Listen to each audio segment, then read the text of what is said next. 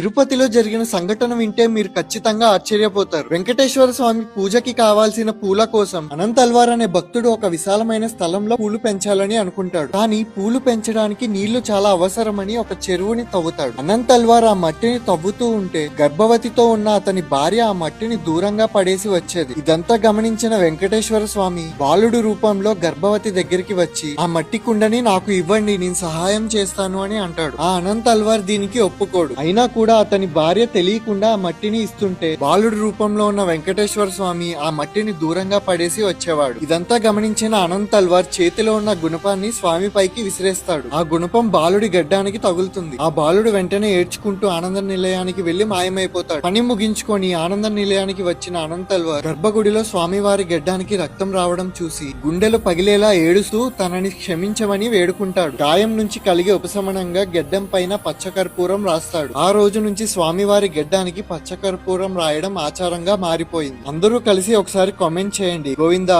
గోవిందా. మీరు మీ friends and family members తో తిరుపతి వెళ్ళడానికి మీ దగ్గర కార్ లేకపోతే మన లాంగ్ డ్రైవ్ కార్స్ యాప్ ని ఇన్స్టాల్ చేసుకుని సెల్ఫ్ డ్రైవ్ కి కార్ ని బుక్ చేసుకుని వెళ్ళండి. బుకింగ్ డీటెయిల్స్ కోసం స్క్రీన్ పైన కనిపిస్తున్న నెంబర్ కి కాల్ చేయండి.